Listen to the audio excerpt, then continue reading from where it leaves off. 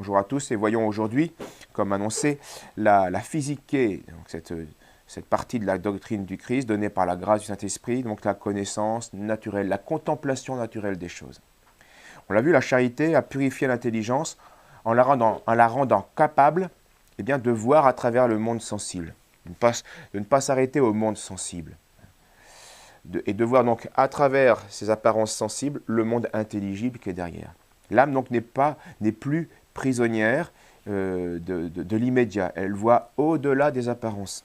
Tandis que l'âme passionnée, l'âme soumise aux passions, restait aliénée par la réalité sensible, accaparée par elle, d'où le péché. À son aspect donc sensible et superficiel, d'où aussi cette frustration. En voyant le monde comme une réalité fermée sur elle-même, le monde ou soi-même. Et donc qui ne renvoyait à rien d'autre qu'elle-même, à rien d'autre de supérieur à elle. Et cette connaissance mondaine, charnelle, était bien sûr ténébreuse. Elle obscurcissait notre intelligence, notre esprit.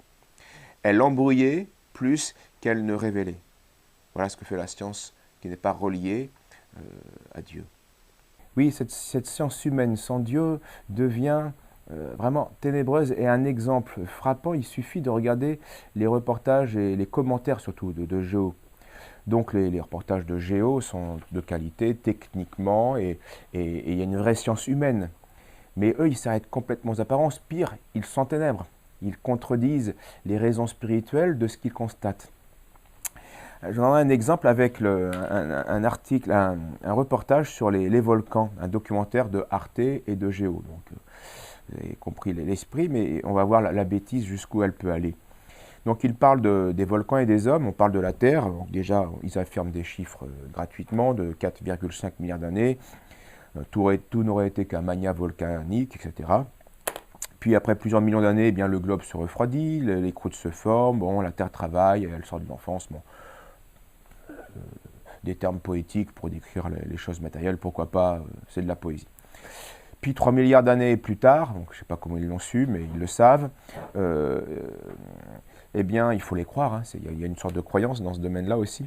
Le long de la faille du rift africain, il s'est passé des choses, il y a une activité tectonique et volcanique, des montagnes virent le jour, et en se dressant à plus de 6000 mètres, ces montagnes vont créer un barrage aux pluies qui venaient de l'ouest. Et elles séparent donc cette zone en deux mondes distincts. Faute d'eau, là je fais que lire le commentaire que j'ai écouté et que vous pouvez visionner. Hein. Et donc faute d'eau, l'Est africain devient aride et la vie difficile pour les primates. D'abord, on ne sait pas comment les primates sont venus, mais ils sont venus, ils sont là. Écoutez la suite. C'est à pleurer de rire.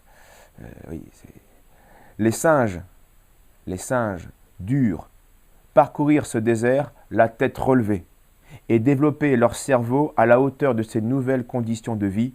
Ces singes-là sont nos ancêtres. Donc parce qu'il y a eu des montagnes et que la pluie a été changée, les animaux, ces singes, ont dû relever la tête et assumer ces nouveaux défis, et c'est eux qui sont les ancêtres de l'homme.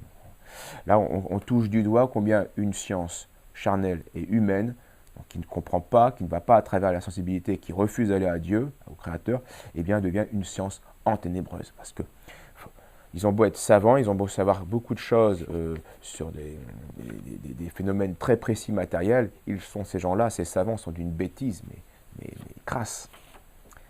Les singes durent parcourir ce désert la tête relevée. Et pourquoi ça ne se repasse plus quand il y a une catastrophe climatique? Pourquoi les singes ne relèvent pas la tête pour assumer leurs nouveaux défis? Et pourquoi ils ne donnent pas naissance à de nouveaux ancêtres d'hommes? Bien, passons et revenons sur ce que saint Paul désignait déjà. Il parlait de ces gens-là, il ne faut pas attendre Géo ni Arte pour avoir des idiots. Saint Paul parlait de ces hommes qui retiennent la vérité captive. Et c'est un péché contre l'Esprit Saint. Les perfections invisibles et son éternelle puissance et sa divinité sont depuis la création du monde rendues visibles à l'intelligence par le moyen de ses œuvres. Oui. Dieu s'est fait visible, il suffit d'ouvrir les yeux, de regarder un oiseau, un moustique, un microbe même. Il suffit de regarder ça et on voit Dieu. On voit le Créateur en tout cas. On ne sait pas qui il est, mais on sait qu'il est là et on sait qu'il est puissant. Ils sont donc, dit saint Paul, inexcusables, puisque ayant connu Dieu, ils ne l'ont pas glorifié en lui rendant grâce. grâce. Voilà le problème. Ils ne l'ont pas glorifié en lui rendant grâce. Et en effet, quel que soit l'artiste, quel que soit le scientifique, ou même l'explorateur, ou l'homme justement cultivé, devrait être à genoux devant la création qu'il reproduit, qu'il explore, qu'il explique ou qu'il photographie. Ils sont inexcusables. Ils tiennent la vérité captive. Donc la vraie connaissance, elle est liée, on voit, à la pratique des vertus. Quand on voit les choses telles qu'elles sont réellement, selon leur nature créée, eh bien on va agir en conséquence, selon la droite raison et selon la relation qu'il y a entre nous et notre Créateur, entre ce monde et le Créateur. Et plus selon son caprice ou la démesure égoïste. C'est pour ça qu'on voit toutes les perversions morales.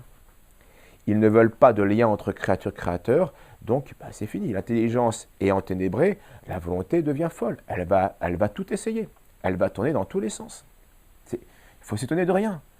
On n'a encore rien vu. Et c'est ainsi donc que saint Antoine peut dire, à juste titre, de manière très synthétique bien sûr, qui se connaît Dieu. Qui se connaît vraiment, avec cette physique et cette compréhension naturelle, il connaît Dieu. Il connaît quelque chose de Dieu. Nécessairement. La connaissance attentive à notre néant originel, ça aussi ça fait partie de la connaissance, de la contemplation naturelle. Notre néant originel, on n'existait pas il y a 50 ans, pour ceux qui ont moins de 50 ans. On n'existait pas, on était néant, rien. Donc la connaissance attentive à notre néant originel et à notre création, à l'image de Dieu, eh bien, est une lumière irremplaçable pour connaître la puissance et la bonté de la providence divine. Et ceci doit nous aider à retrouver et à accomplir la finalité de notre nature humaine. J'existais pas et j'existe, mais je suis le fruit de l'amour. Même si mes parents ont mal usé de l'acte, même si mes parents ont été ensuite négligents ou incompétents. Ultimement, je suis le fruit de l'amour, oui, ça c'est certain.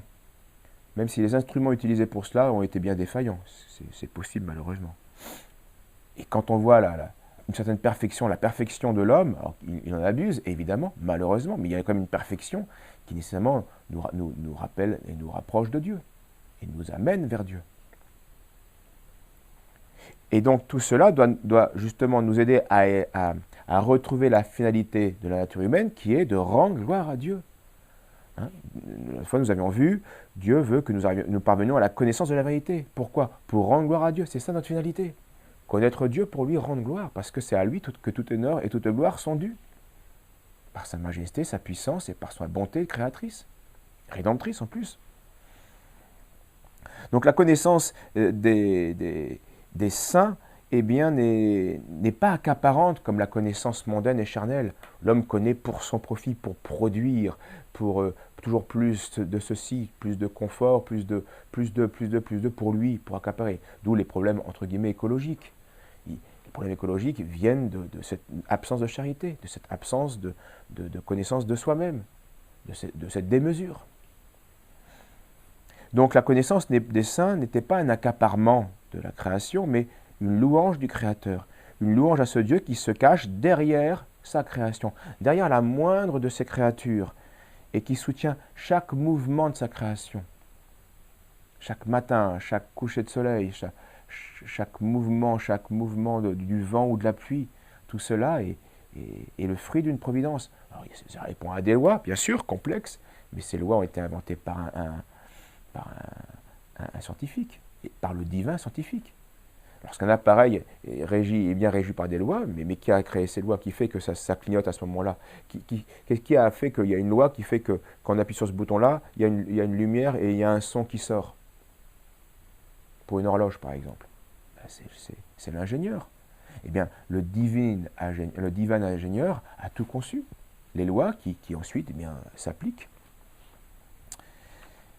Et on voit chez les saints, et ce sera notre conclusion, c'est jusqu'à la moindre des créatures. On a cette illustration dans la vie de saint François Borgia, de manière complètement extraordinaire et héroïque.